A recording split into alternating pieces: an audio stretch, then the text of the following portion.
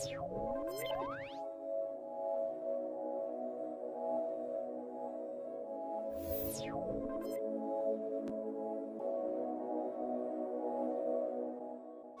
tema da ministração desta manhã é o que fazer diante das incertezas. E sucedeu que, depois disso, os filhos de Moabe, os filhos de Amon, e com eles outros dos amonitas vieram à peleja contra Jeosafá. Então vieram alguns que avisaram a Jeosafá, dizendo: vem contra ti uma grande multidão da além do mar e da Síria, e eis que já estão em Hazazon Tamar, que é de En-Gedi. Então Jeosafá temeu e pôs-se a buscar o Senhor, e apregoou jejum em todo o Judá. E Judá se ajuntou para pedir socorro ao Senhor. Também de todas as cidades de Judá vieram para buscar ao Senhor. E pôs-se Josafá em pé na congregação de Judá e de Jerusalém, na casa do Senhor, diante do pátio novo, e disse: ah, Senhor, Deus dos nossos pais, porventura não é tu Deus nos céus? Não és tu que dominas sobre todos os reinos das nações? Na tua mão há força e potência, e não há que te possa resistir. Porventura, ó nosso Deus, não lançaste fora os moradores dessa terra de diante do teu povo Israel? E não a deste para sempre à descendência de Abraão, teu amigo? E habitaram nela e edificaram-te nela um santuário ao teu nome, dizendo: se algum mal nos sobrevier, espada, juízo, peste ou fome, nós nos apresentaremos diante desta casa e diante de ti, pois teu nome está nesta casa, e clamaremos a ti na nossa angústia, e tu nos ouvirás e nos livrarás.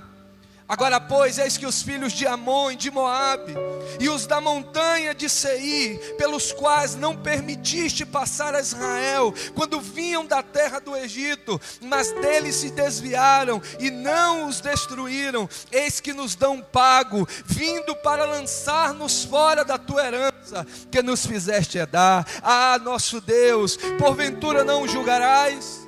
Porque em nós não há força perante esta grande multidão que vem contra nós, e não sabemos o que faremos, porém os nossos olhos estão em ti. Nós não sabemos o que faremos, porém os nossos olhos estão em ti. E todo Judá estava em pé perante o Senhor, como também as suas crianças, as suas mulheres e os seus filhos. Então veio o Espírito do Senhor no meio da congregação sobre Jaaziel, filho de Zacarias, filho de Benaia, filho de Jeiel, filho de Matanias, levita dos filhos de Asaf, e disse: dai ouvidos todo a Judá, e vós, moradores de Jerusalém, e tu, ó rei Josafá, assim o Senhor vos diz: não temais, nem vos assusteis por causa dessa grande multidão, pois a peleja não é vossa, mas a peleja é de Deus. Amanhã descereis contra eles, eis que sobem pela ladeira de Ziz, e os achareis no fim do vale, diante do deserto de Jeruel. Nessa batalha não tereis que pelejar, postai-vos, portanto ficai parados, e vede a salvação do Senhor para convosco, ó Judá e Jerusalém, não temais.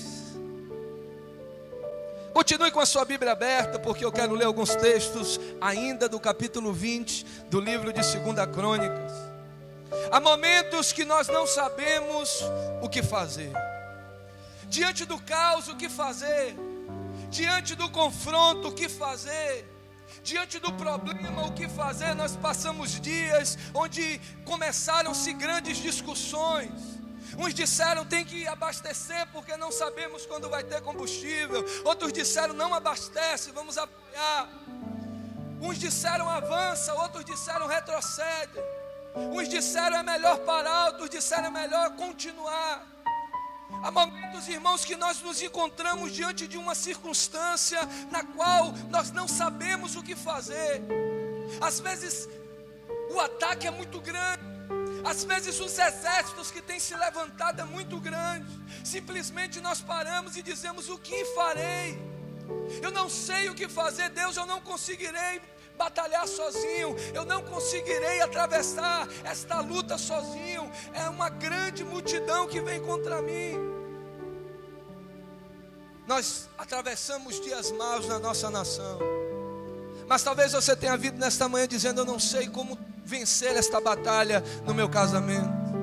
Talvez você diga: esta luta tem sido muito grande na minha área emocional, ou na minha área física, ou na minha área espiritual, no meu ministério, naquilo que eu tenho posto a minha mão para servir a Deus. Eu tenho tentado, mas eu tenho visto, ó Deus, eu não sei o que fazer. Grandes são as adversidades, os problemas, as lutas que vêm contra mim. Eu quero declarar que nesta manhã Deus tem uma palavra para a tua vida. Nesta batalha não tereis que pelejar, diz o Senhor. Nesta batalha não tereis que pelejar, diz o Senhor. E assim como nós vimos na situação que o Brasil tem enfrentado, a gente vê em outras áreas, as pessoas têm tentado lutar na força do seu braço. As pessoas têm tentado agir conforme a sua força humana. E a Bíblia diz que as armas da nossa milícia não são carnais, mas poderosas em Deus. A nossa vitória é em oração. A nossa vitória é diante de Deus. É Ele que vai nos dar aquilo que nós ansiamos. É Ele que vai abrir o caminho. A Bíblia diz que a boa obra que Ele começou, Ele é fiel para que possa aperfeiçoar sobre a nossa vida. Nós vamos ver nesta manhã, queridos, como o rei Jeosafá, ou Josafá, que é a forma traída do nome, fez para ter vitória diante dos intempéries e das adversidades que ele vinha passando. Aquilo que ele estava passando era consequência de uma atitude impensada que ele tomou lá atrás. A palavra do Senhor diz que o reino foi dividido. Quando vem o filho de Salomão e divide, acontece a contenda entre Roboão e Jeroboão. Ali é dividido o reino do sul, o reino do norte. Josafá, ele tem uma boa intenção de dizer: olha, vamos tentar unir novamente as 12 tribos. E às vezes nós não tentamos fazer algo que Deus não mandou que nós fizéssemos. Eu estava meditando com os levitas amanhã, o que fazer quando Deus nos pede para não sermos nós naquele momento. Não era para Josafá tomar aquela atitude, aquela luta não era dele, aquela batalha não era dele, a intenção era boa, era unificar o reinado novamente, mas não era ele, e nem era o momento para aquilo. E às vezes nós passamos por circunstâncias por causa daquilo que foi semeado lá atrás, similar ao que o Brasil está passando agora. A bomba está explodindo de situações e situações que foram feitas e vêm sido feitas há muito tempo. Às vezes nós passamos por momentos e circunstâncias que talvez nem éramos para passar, mas por decisões impensadas, por precipitações, muitas das vezes até bem intencionados, fizemos coisas que agora está acarretando em situações difíceis. Mas eu quero te dizer que assim como Deus foi na vida de Josafá e deu direção para que ele pudesse ser bem sucedido, Deus tem uma nova oportunidade, Deus tem uma nova história. Ele quer trazer livramento, Ele quer trazer cura, Ele quer te mostrar que Ele é Deus e a boa obra que Ele começa, Ele é fiel para aperfeiçoar. Versículo 12 do capítulo 20, a palavra do Senhor diz que diante daquela crise, quando ele vê uma multidão de exércitos inimigos, os descendentes do incesto de Noé e de suas filhas, vem aquele povo agora contra ele. Quando ele ora no versículo 12, ele diz: ah, nosso Deus, acaso não executarás tu o teu julgamento contra eles? Porque em nós não há força para resistirmos a este grande multidão que vem contra nós, e não sabemos nós o que fazer. Mas os nossos olhos estão em ti. Naquele dia, ele mostra a sua humanidade diante da adversidade. Ele diz: Deus, grande é o problema, grande é a luta, grande é a batalha, nós não temos como ir contra eles, nós não temos braços humanos, nós não temos poder bélico, nós não temos condições de vencermos no embate contra eles. Ele declara: porém, os nossos olhos estão em ti. Olha para a pessoa que está do seu lado, diga para ele: independente do tamanho do problema, seus olhos precisam estar no Senhor. Diante disso, eu queria falar alguns princípios que Josafá teve diante da sua incapacidade, para que ele pudesse ser bem sucedido na sua batalha. Em primeiro lugar, quando você não souber o que fazer, busque a Deus em jejum e oração. Olhe para a pessoa que está do seu lado, no olho dele, e diga para ele: quando você não souber o que fazer, busque a Deus em jejum e oração. Quantos já sabiam disso? E por que às vezes não faz? Se já sabia. Interessante que nós ouvimos na palavra do Senhor, na pregação, no nosso devocional, muitas das coisas que já sabemos. E por que ainda não colocamos em prática? A gente tenta intervir, a gente tenta fazer, a gente tenta ser impulsivo, a gente toma decisões, quando muitas das vezes já saturou as opções. Aí sim a gente lembra que existe um Deus, é verdade. Deixa eu orar para ver o que é que Ele me diz. Deixa eu orar para ver o que é que Ele vai me responder. A palavra do Senhor diz, queridos, lá no versículo 3 do capítulo 20: então Josafá temeu e pôs-se a buscar o Senhor e apregoou jejum em todo Judá. Aleluia. Há momentos que o problema é muito grande. Há momentos que as adversidades vêm contra nós, nós passamos por dores, nós passamos por pressões. Quem passa é que sabe, quando o sono foge, quando a crise vem, quando o temor bate. Mas a Bíblia diz que Ele conclama o povo para orar e jejuar, porque Ele cria na intervenção do Deus do céu. Aleluia. Um dos atributos do nosso Deus é que Ele não muda. Ele não mudou. A nossa nação pode estar do jeito que está, mas há um povo neste lugar que teme a Deus, que tem orado ao Senhor, que tem crido na intervenção do Deus do céu. Houve momentos piores que a nação de Israel passou. Havia um momento cíclico no Velho Testamento, onde o povo apostolava da fé, e eles oravam, e Deus, depois que o inimigo vinha, entrava com misericórdia e trazia de novo a paz. Todas as vezes que o povo entendia que oração e jejum era a chave, Deus entrava com providência e trazia o livramento. Não importa quão grande é a multidão que vem contra nós, se nós nos colocarmos na posição que Ele deseja, um milagre poderoso vai acontecer para a honra e glória do nome de Jesus. Mas não apenas, irmãos, a nossa oração em casa, não apenas o nosso devocional, o nosso tempo com Deus, de orar, de ler a palavra, mas também de orarmos juntos. Há um poder na unidade da igreja. A igreja está aberta todos os dias aqui para oração. Nesses dias, irmãos, de crise, de falta de combustível, de alimento, milhares de cientistas políticos foram levantados no Brasil. E em cada Twitter, em cada Facebook, em cada rede social, havia opiniões diversas. Eu acho que é tempo de a gente opinar menos e orarmos mais.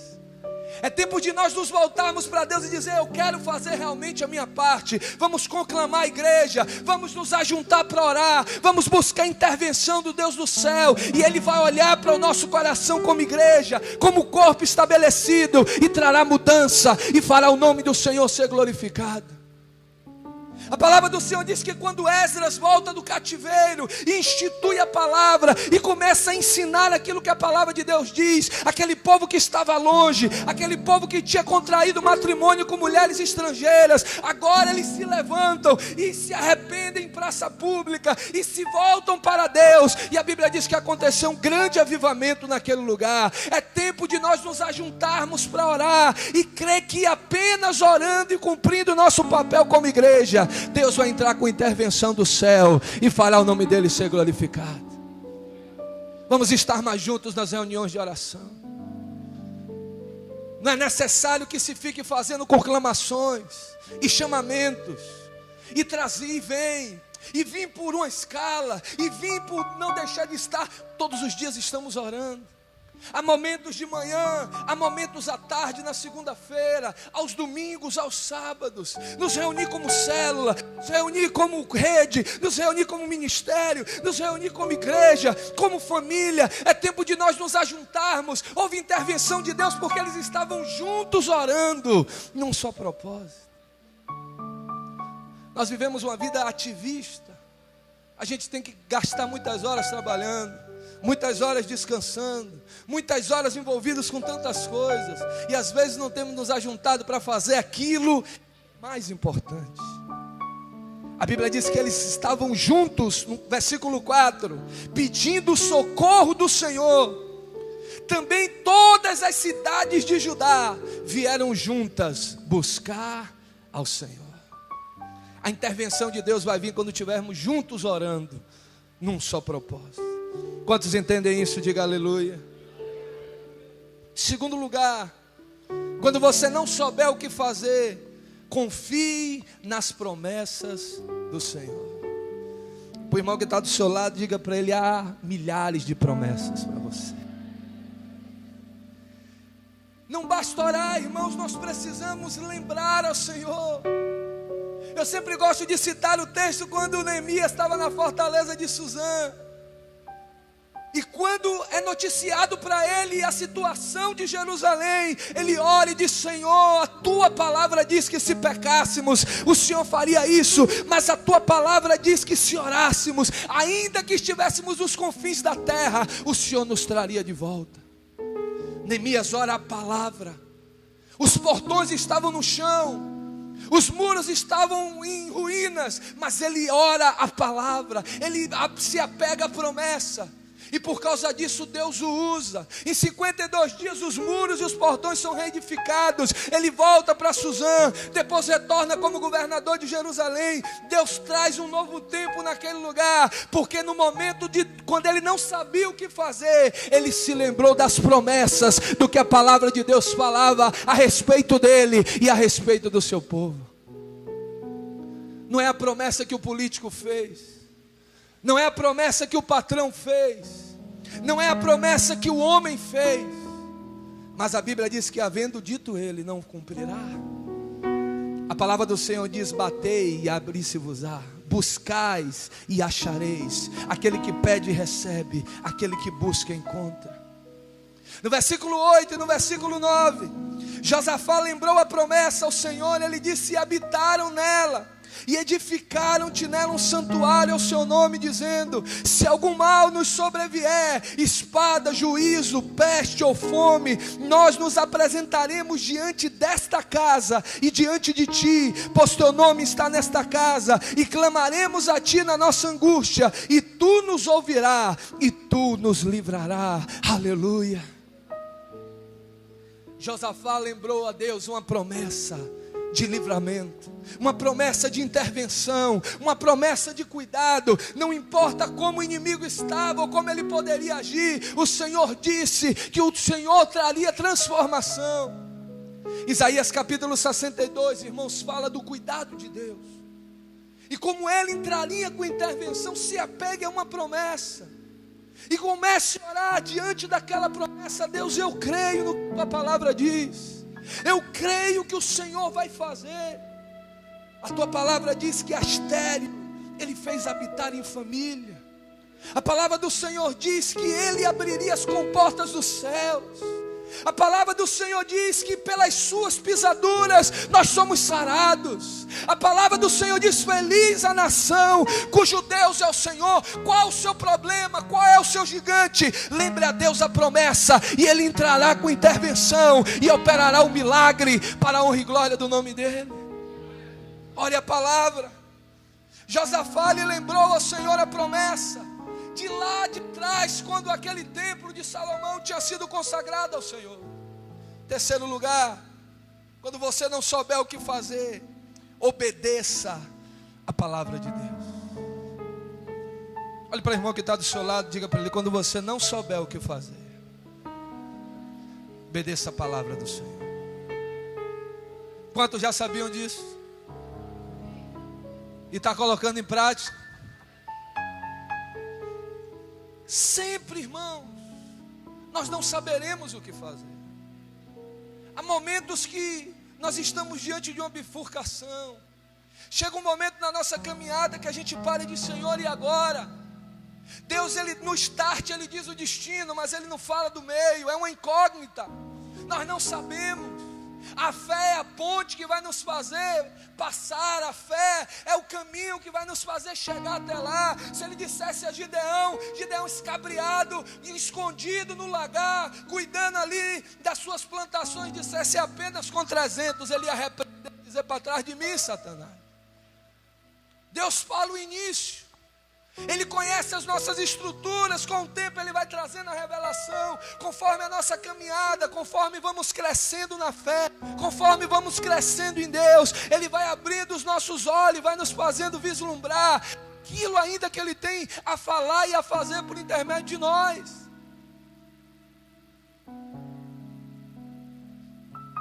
Muitas das vezes nós não sabemos o que fazer. E quando você não souber o que fazer, obedeça a palavra.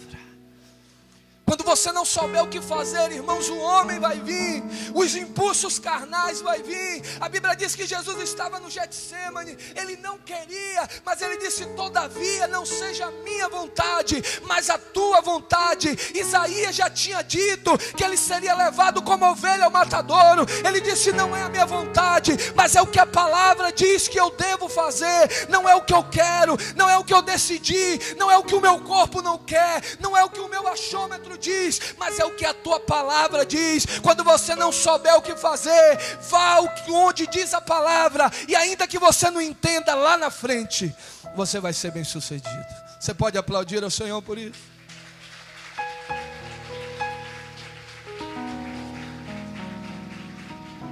Segunda Crônicas 20:17, a palavra do Senhor diz: nessa batalha não tereis que pelejar, portai-vos, portanto ficai parados, e vede a salvação do Senhor para convosco, ó Judá e Jerusalém. Não temais, nem vos assusteis, amanhã saireis ao encontro, porque o Senhor será convosco. Aleluia. Quando o homem, há um grande homem de Deus que disse o seguinte: quando o homem trabalha, mas quando o homem ora, Deus trabalha. Para a pessoa que está do seu lado, e diga para ele: quando você trabalhar, é você que vai estar trabalhando. Diga para ele: mas quando você orar, Deus vai trabalhar.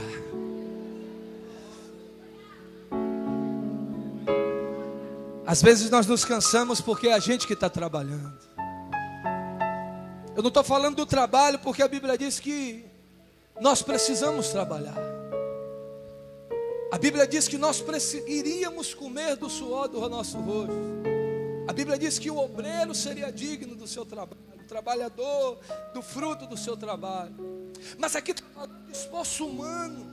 Aqui está falando de um trabalho que já não cabe mais a nós, de um trabalho de apenas descansar em Deus, de apenas dizer: olha, Senhor, agora é contigo, a minha parte eu fiz. Quando Deus fez o mundo, criou tudo em 6 dias, e no 7º descansou, Ele não precisava.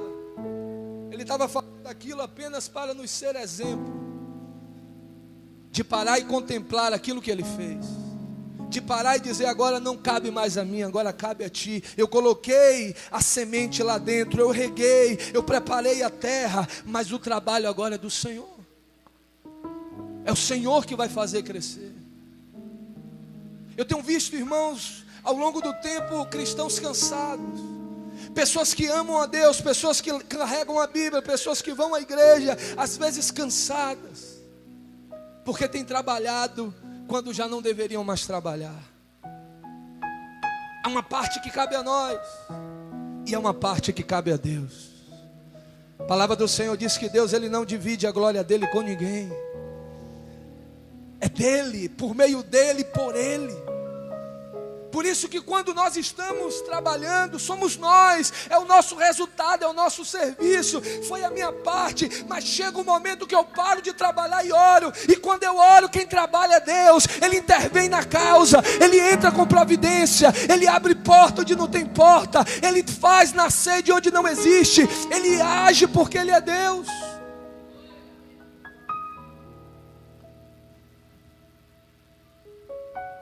Quando você não sabe o que fazer, louve a Deus pela fé.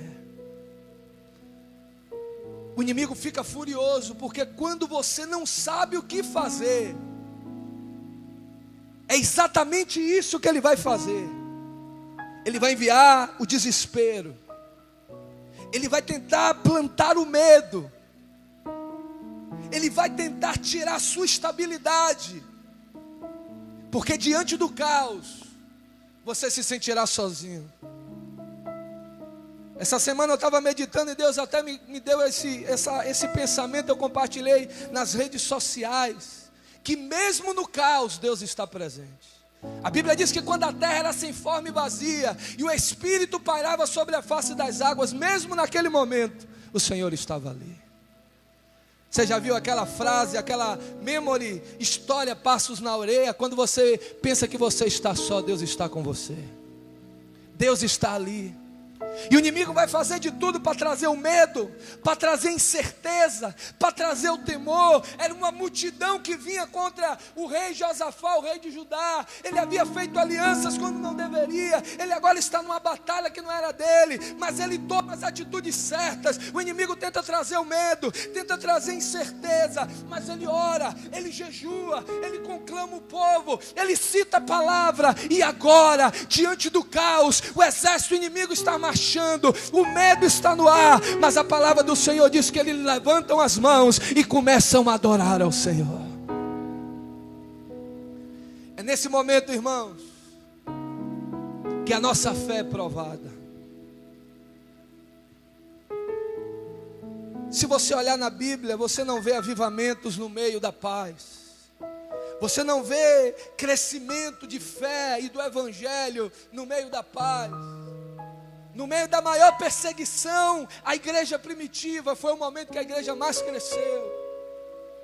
No meio do apedrejamento de Estevão, Filipe foi levantado como grande evangelista e tantos outros, fugindo para não ser apedrejado, e ao mesmo tempo levando a mensagem de Jesus.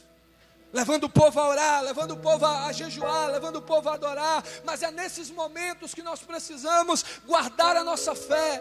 É nesses momentos que nós precisamos entender que nada acontece sem a permissão de Deus. E às vezes no silêncio Ele está falando conosco. No tempo Ele está nos levando a amadurecer em alguma área. Josafá não tinha nada em mãos, não tinha certeza de alguma coisa. Tudo levava ele a tomar uma atitude não favorável. Mas a palavra do Senhor diz que ele decidiu adorar. 2 Crônicas capítulo 20, versículo 22, a palavra do Senhor diz: tendo eles começado a cantar e a dar louvores, pôs o Senhor emboscada contra os filhos de Amon e de Moabe, e os do monte Seir que vieram contra Judá, e foram desbaratados. Aleluia, louvado seja o nome do Senhor. Eles não louvaram depois que o inimigo foi derrotado, eles louvaram para o inimigo ser derrotado.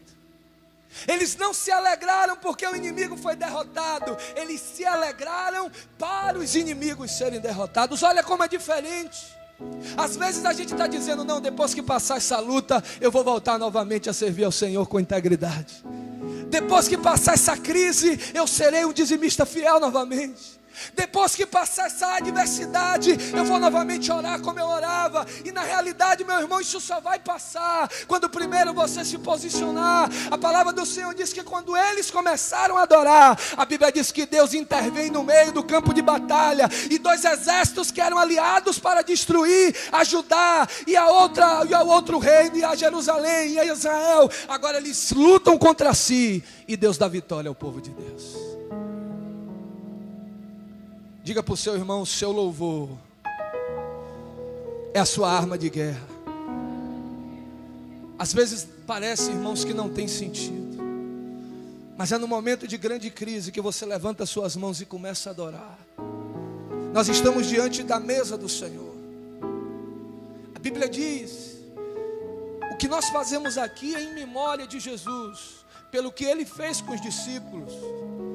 Ele senta com os discípulos e diz: comei este pão em memória do meu corpo que será partido, tomam este cálice em memória do meu sangue que vai ser derramado. Ali Jesus rasga o verbo para os seus discípulos e diz: chegou a hora, chegou o momento. Jesus sabia do que estava para acontecer com ele.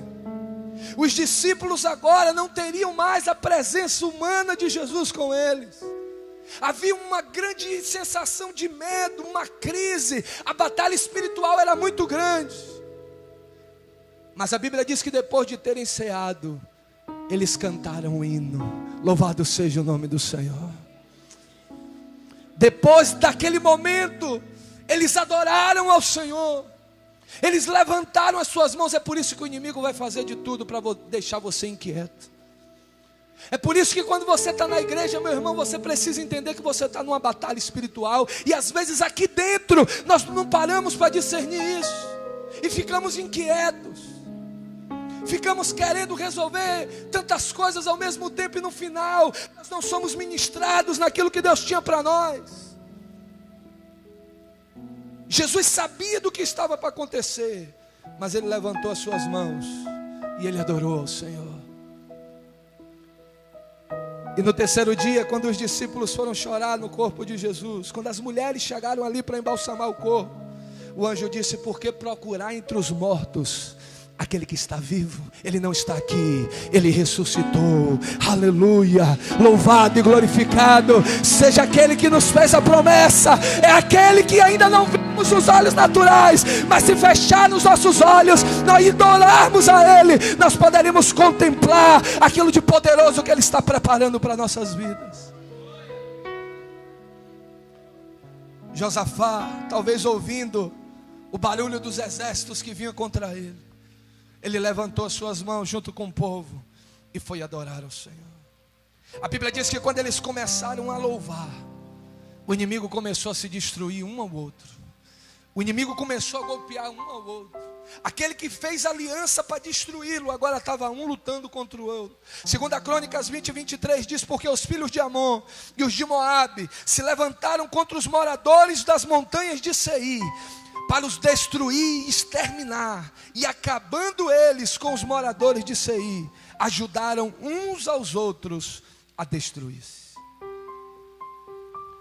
Olhe para o irmão que está do seu lado, diga para ele: quando você não sabe, Deus sabe. Quando você não sabe o que fazer, Deus sabe o que fazer. Quando você não sabe o que está para vir, Deus sabe o que está para vir. O louvor não é quando a vitória vem, o louvor é para que a vitória venha. Por isso que o inimigo tenta, irmãos, calar a nossa voz. O inimigo se levanta, a Bíblia diz: as armas da nossa milícia não são carnais. Ele vai fazer de tudo para fazer com que a gente não adore a Deus. Ele vai fazer de tudo para fazer com que a gente não louve a Deus. De todas as formas. Por intermédio das nossas canções, por intermédio do nosso serviço, por intermédio da nossa vida. As coisas não estão acontecendo, mas nós estamos louvando a Deus. Os inimigos ainda estão marchando, mas nós estamos louvando a Deus. Não há nada ainda na cozinha, mas nós estamos louvando a Deus. O telefone ainda não tocou, mas nós estamos louvando a Deus. As coisas ainda não aconteceram, as coisas estão trazendo notícias de morte, mas nós continuamos louvando a Deus. E porque estamos louvando a Deus, a vitória vai chegar. E porque estamos louvando a Deus, os inimigos se destruirão um ao outro. E porque nós estamos louvando a Deus, a fé brotará, a alegria virá de volta, a sensação de medo, a crise, o temor cairá por terra. Porque a confiança, a alegria e a presença de Deus estará firme em nós. E através de nós, contagiará todo ao nosso redor. Já disse: eu creio em quem tenho crido. E tenho por certo que por fim ele se levantará. Eu gosto de pensar em Jó, irmãos.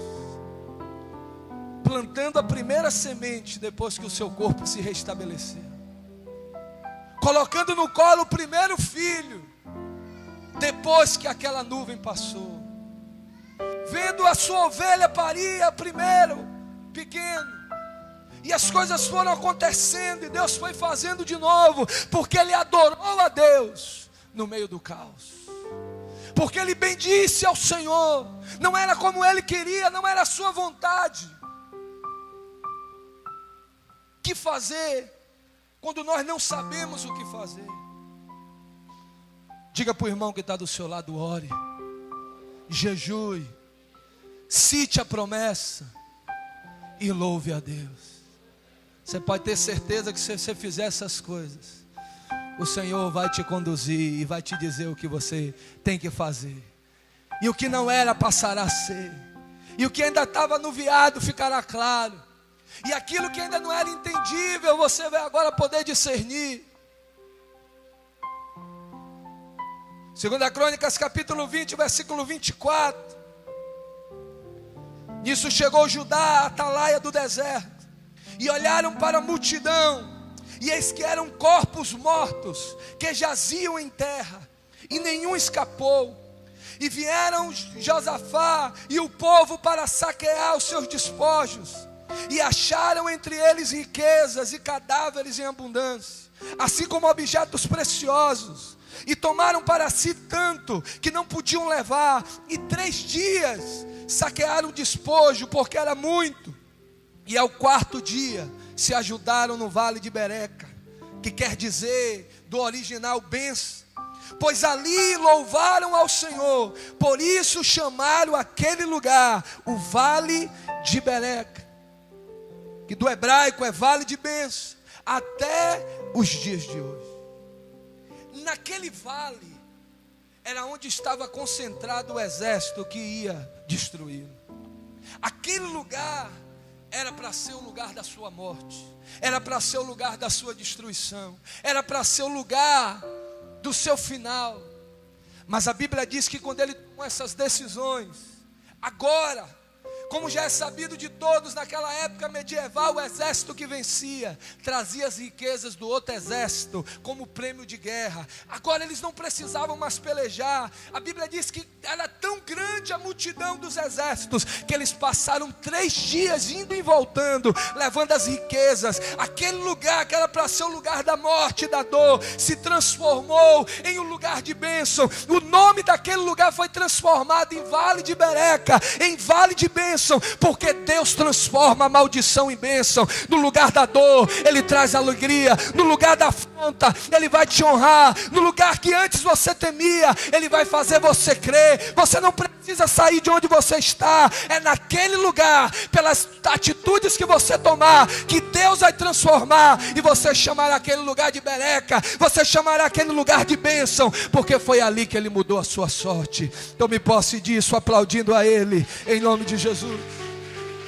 Você ficar de pé nesta manhã.